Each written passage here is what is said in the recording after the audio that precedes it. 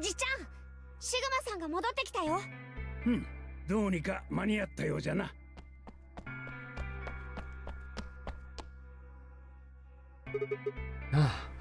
Oh, where are the others? AB ルームの中だよ。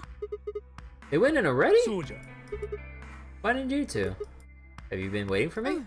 じちゃんが投票の前にどうしても話しておきたいことがあるからって。まあ大したことではないんじゃがな。わしとクオークは次のラウンドで必ず協力を選ぶ。ただそのことを伝えておきたかったんじゃ。 And you had to tell me that no matter what? Seems kind of pointless. I mean, words are cheap. You can promise whatever you want. 確かにそうじゃが、わしらには根拠がある。必ず協力を選ぶという根拠がな。We're gonna ally for sure. Okay, go ahead. わしとクオークの BP は共に8。正直に言うが、すでにリーチがかかっておる状態なんじゃ。この状態でわしらが BP を9以上にするにはどうすればよいか。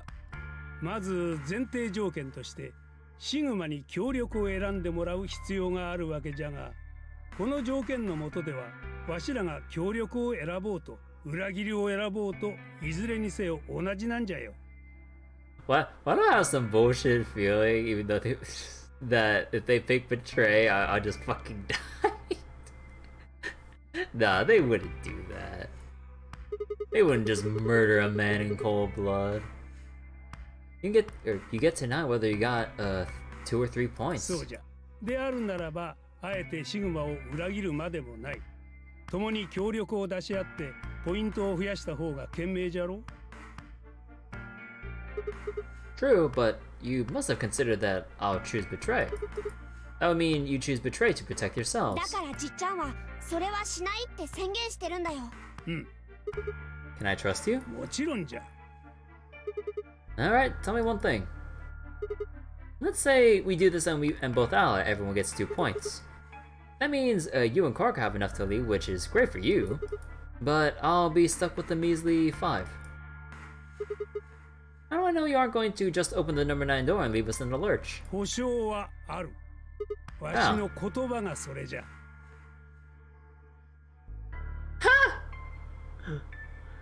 わしらは目標値に達しても決して9の扉は開かない。You promise? そう誓おう。他の者たちを置き去りにして2人だけで脱出するわけにはいかんからな。僕も誓う。約束する。Man, so all you got is a promise, huh? わしは約束は必ず守る。信じてくれ。お願い。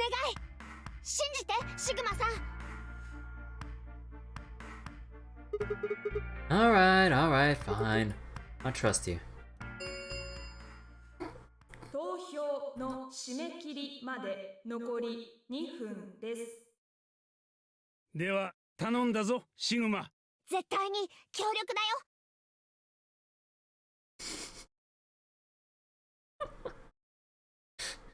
Oh boy. 約束だからね。With that, they turned and ran into the AB room, second from the right.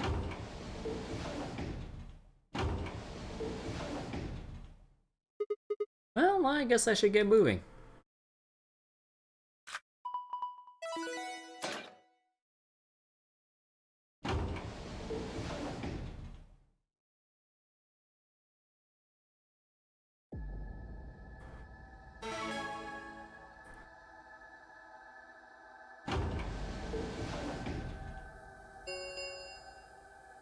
投票の締め切りまで残り1分です。I had a decision to make. Should I trust Quark and Tenmyouji? Well, I could believe that they were telling the truth and still betray them. That would bring my BP to 6. I'd be that much closer to 9. And choosing betray would guarantee that they wouldn't try to escape without the rest of us. Betrayal seemed like the safe bet, but... お願い。信じて、シグマさん。絶対に協力だよ。約束だからね。Tenmyouji I could betray easily enough, but Quark? What the hell was I going to do? 投票の締め切り9、8、7、6、5、4、3、2、1。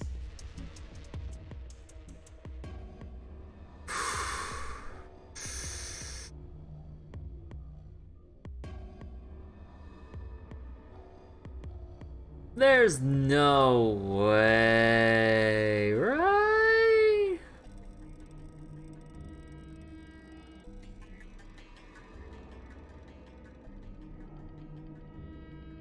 Or Quark. There's no way the little bastard will betray us, right? アンビデックスゲーム第3ラウンド And not betray in the vote, as in, betray as in, open the fucking door. 結果は There's no デ way. ィスプレイ No, no. に表示されます。 Yeah, Tenmyouji promised. He swore. A man doesn't break a promise, right? お疲れ様でした。 I mean, Sigma can, because I don't know what the fuck he is. Given what reveals we just saw, like, last night. アンビデックスゲートを開放します。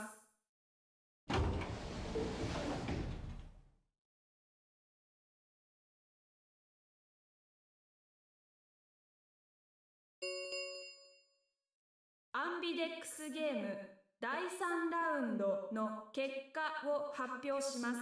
一同、画面にご注目ください。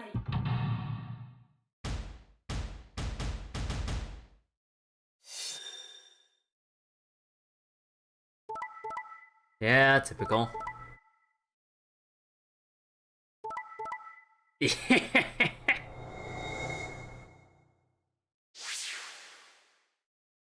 Yeah.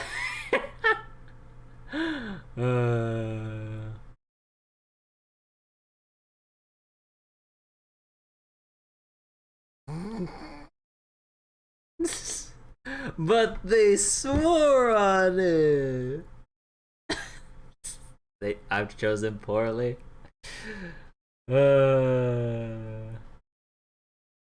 Well. 結果は以上のように確定しました。各自。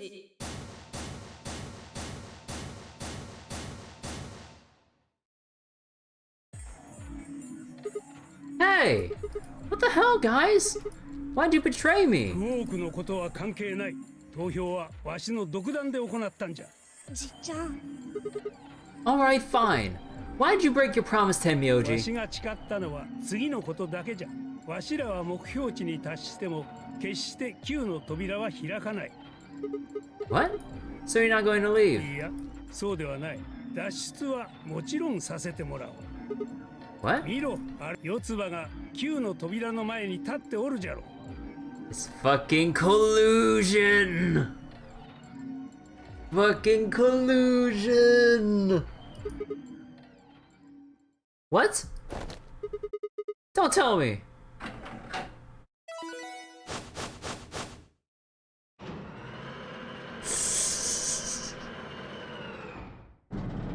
I mean, to be honest, I don't remember everyone's, like, point values.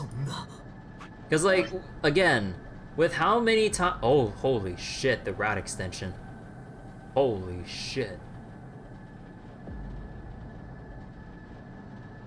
But yeah, like, given how many times we jump around everywhere, like, I can't keep track of, like, who has many points, like, every single, like, sub-route here, or over fucking here, or from, like, earlier on in the game.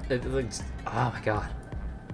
I wish there was, like, I wish the game had, like, a mental trap. I mean, they kind of want you to either write it down, but it's like, do you know how excessive it is to write it down for every single branch? Like, oh my god. That's why they show me the votes. I mean, it's kind of important to know the points before the votes. It's easier to stop one person who gets to 9 than 3 people who gets to 9 or more points. 9の扉が。あのバカ女。だが結果発表によると The words were barely out of her mouth when Tenmyouji and Quark ran past. おい待てよこの野郎。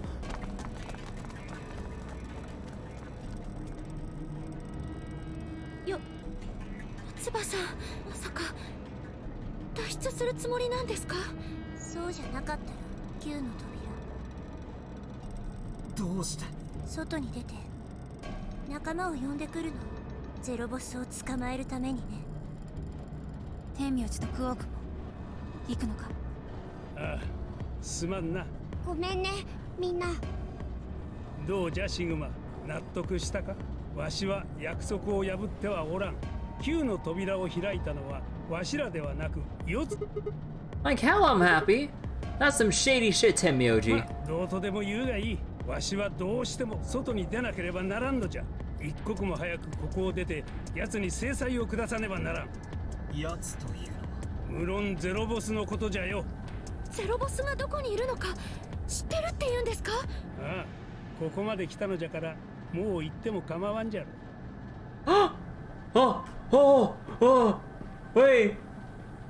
Wait, Tenmyouji. I don't, look, I know you backstab all of us, but I'm pretty sure you listened to the whole recording, right? Tenmyouji, you listened to the whole thing, right?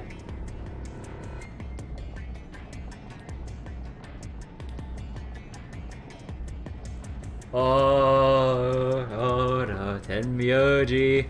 There's something called karma popping up. Creeping up over the horizon right now. Tenmyouji? わしはゼロボスのことをよく知っておるんじゃ。なんだと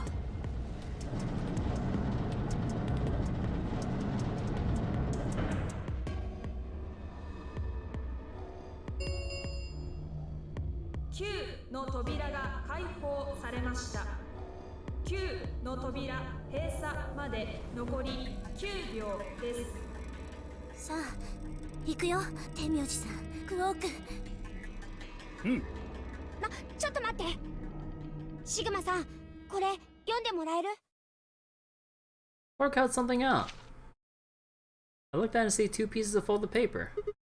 What's this? 手紙。AB ゲームの前に所長室で書いたんだ。これを読んでもらえればじっちゃんと僕のこと分かってもらえると思う。だから、はい。 You pressed into my hand. それじゃあねシグマさん。 Then he turned and ran toward the door, Tenmyouji and Clover following in his steps. I was so surprised by the letter I'd even try to stop them. Before I can think of anything to say... ではな。じゃあね。 Okay, yeah, Tenmyouji's not gonna... He says he knows, but he's not... Okay, basically when you blurt out the details.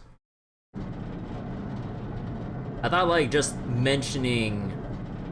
Like something that he found could have triggered the penalty. So, son of a bitch! 9のとこれにおつなおどうぞ残り。 Yeah, we've heard that line a million times already. くそ、言っちまったな。あとはあの3人が助けを呼んでくれることを。ええ。そうですね。 I looked down at Quark's letter and slowly unfolded it. His handwriting was still slightly uneven, but he filled both pages with writing. I began to read. It was a really stormy day when he found me. He said the rain was coming down so hard it almost hurt, but somehow he managed to hear a baby crying. I guess I must have been crying pretty loud. He took me home and did his best to raise me, but he'd never been married or had a kid before, so I think it was really hard for him. He couldn't figure out how to mix the formula, so he was always carrying the directions around with him. I also found I was a pretty picky eater, so if he didn't get the water to formula ratio just right, I wouldn't eat it. I guess I was kind of a pain, huh? But he didn't give up, and now here I am. When he found me, I was really small, and he was worried that I might not make it. That's why he named me Quark. The quark is a really, really small thing, and I was really, really small too. Grandma didn't need to worry though, because it turned out that I was pretty tough. When I was one, he forgot I was sleeping in the bed of his truck, and drove off. I rolled out and went out the back, but I didn't even get scratched. Holy shit!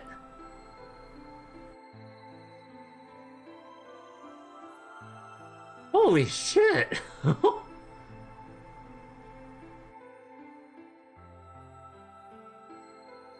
I started walking when I was 2, and when he wasn't looking, I fell down the stairs. I didn't get hurt then either. Huh?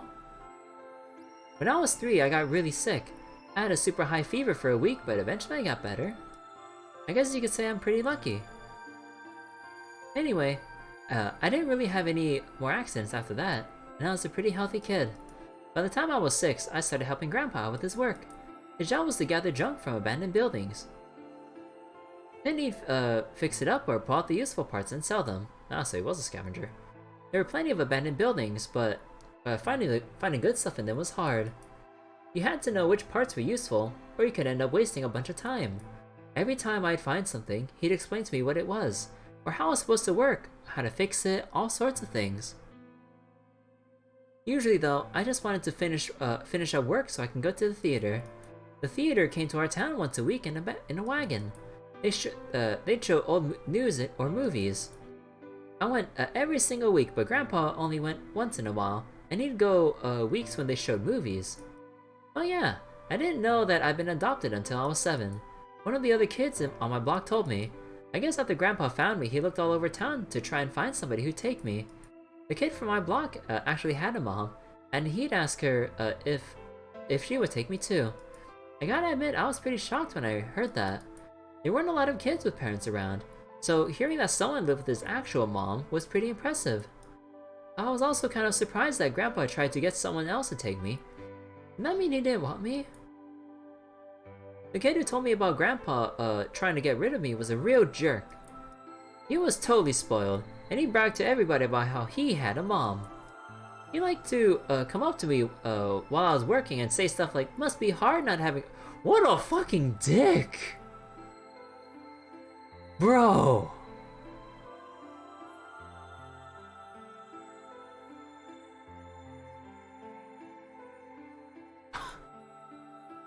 It never bothered me before, but after I found out that Grandpa had adopted me, I started to think that maybe he didn't really want me. If I could work on my own, then he could get rid of me. I was scared to know the truth, so I never asked him. And one day he took me to a bar in our neighborhood. During the day, of course. He went there sometimes to drink scotch, but I'd never gone before. When we got in, he just walked up to the counter with that grumpy look he has and thought, "Oh no." And I thought, "Oh no, he's gonna make me work here." But I was wrong. I saw him pass something to the bartender. Then he picked me up and set me down on a stool next to the counter. The stool was pretty high, especially for a 7-year-old kid, and my legs just dangled off it. And it seemed really, really high to me, and I was pretty nervous. The root beer float! Eventually the bartender came back over with a glass of scotch and another big glass full of something else. As I looked closer, I realized that the second glass was full of some sort of brown liquid with a scoop of ice cream in it. It took me to realize what it was. A root beer float! I'd never seen one before. I was so surprised. Root beer was even more expensive than the nicest alcohol in the bar. To me and the other kids, it seemed like more like an urban legend than a real drink. But there it was, right in front of me. I stared at the float. I still wasn't sure it was real at that point, then turned to look at Grandpa. He looked back at me. I didn't know what to do, so I turned to the bartender. He already turned around and moved off though, so I figured he must have put the glass down in front of me on purpose. It still didn't seem like it could be real, and I was just staring at it when Grandpa told me to hurry up and drink it before the ice cream melted. His gruff voice sounded like an angel's. Wait, his gruff voice? Oh. Is this really mine? He nodded. Words can't describe how awesome it was. I never tasted anything like root beer before. The creamy sweetness of the ice cream made my entire head feel light. I felt like the luckiest boy in the whole world. That's not an exaggeration. I really thought that. The root beer float was delicious. But what made me even happier was Grandpa. When I looked over at him, he was smiling. I know that's gotta be hard for you to imagine, but he really was. Right then, I didn't care whether he just found me and adopted me or not. He bought me a root beer float. And that made me luckier than some kid who had a mother but never tasted root beer. Of course, after we left the bar, he was the first kid I bragged to. So Grandpa and I were doing pretty good. Until the fight. Oh. I was in a super bad mood that day. I torn one of my shoes that morning. And some old drunk guy had yelled at me. All the junk I found was totally useless. The day was almost over and I was fed up. So I just grabbed some random trash and took it back to the house. When I showed what I found to Grandpa, he frowned. He started going through each thing I brought back, explaining why they were all useless. I got really mad and just yelled, "I don't care!" Then he got mad. And I couldn't take it anymore, so I ran away. I was pretty upset and started thinking that maybe Grandpa had only adopted me so he could raise me to work and make money for him. After a while, I went and hid in an abandoned building, but by then I started to calm down and think that maybe I should go back and apologize. And it started raining pretty hard though, so I decided I should wait for it to stop. But that was just an excuse. The truth was that I was nervous. Part of me knew I'd done something wrong, but I didn't want to admit it. The rain didn't stop though, so I just sat there staring out at the gloomy gray sky. I imagined Grandpa coming to get me. It kept raining all night, and he never showed up. I gave up waiting and decided it was time to go home. I was about halfway when I heard somebody groaning. At first I thought I should just ignore it and not get involved, but I went over anyway, and it was Grandpa. He was totally soaked. I could tell right away that he'd been there for a really long time. I yelled, and he opened his eyes a little bit. He smiled weakly and said he was glad I was safe. He spent all night out in the rain looking for me. I felt awful. Grandpa had been out in the rain looking for me so long that he collapsed. I was horrible. He'd heard me crying in the rain, but I hadn't heard him.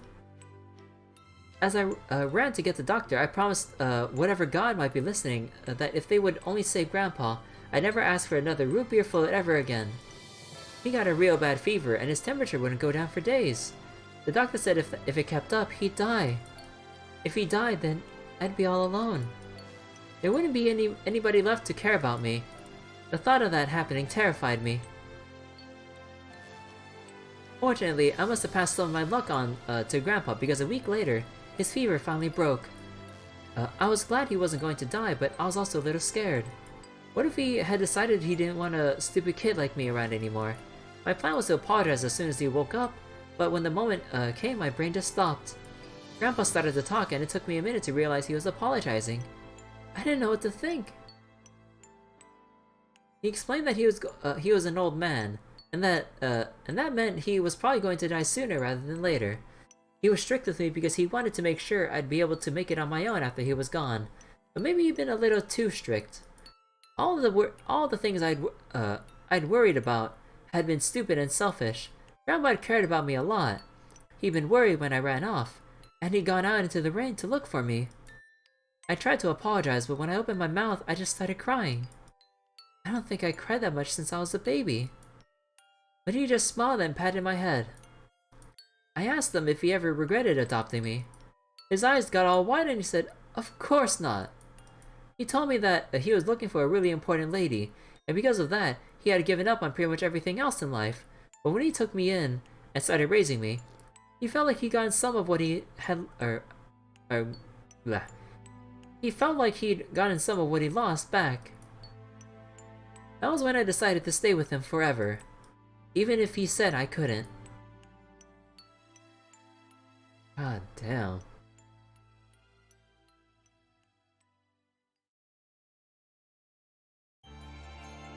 Yeah, roll the credits.